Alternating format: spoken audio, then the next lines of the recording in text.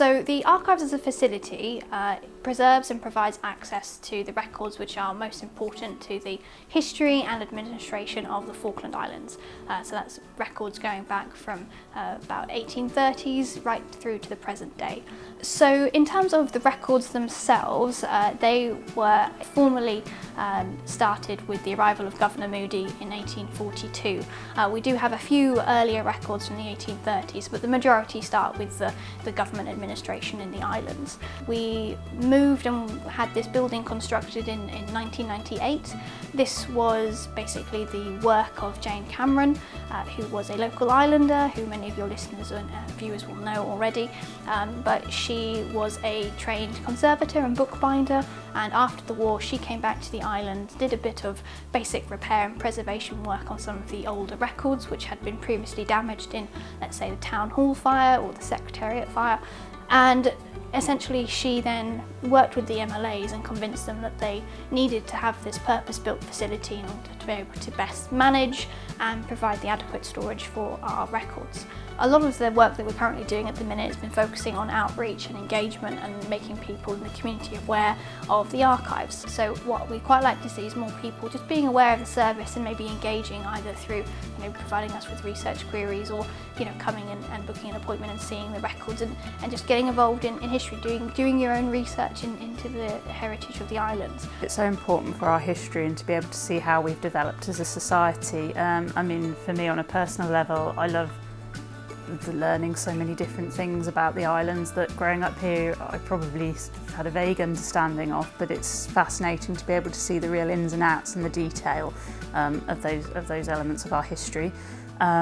And it's just special to keep those things alive, like the photographic collections, and sort of people pop up that maybe perhaps are still with us, and it's just fascinating to see a little snippet or a window into their pasts as well. So every day is a learning day, and it's fascinating how we can be asked a question that maybe at first you think, oh gosh, I'm not quite sure how I'd answer that, and then going away and discovering a part of history that you had no idea existed and being able to relay that information back. It's very important really for people to be able to understand their history and their heritage. For a lot of people it supports their identity and who they are as a people. For some of the older Falkland Island residents, it gives them their connection to the islands and that which many people are very proud of.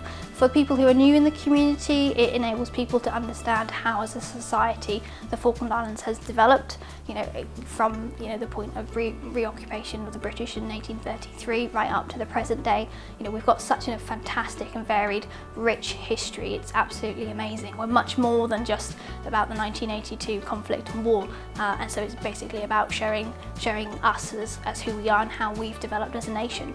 We've probably only scratched the surface really and digitised about 10% of the collection, so there's a lot of work to continue, and obviously as the collection grows and we get more things coming in, that will continue. The majority of our inquiries come through email, but also through our website and our contact form. So we have maybe over a course of a year about 250 queries, which doesn't sound like a lot, but for a small archives like this it's quite a significant amount, and it's grown over the years as we've kind of been promoting our services and also having more people interested in the archives and our records.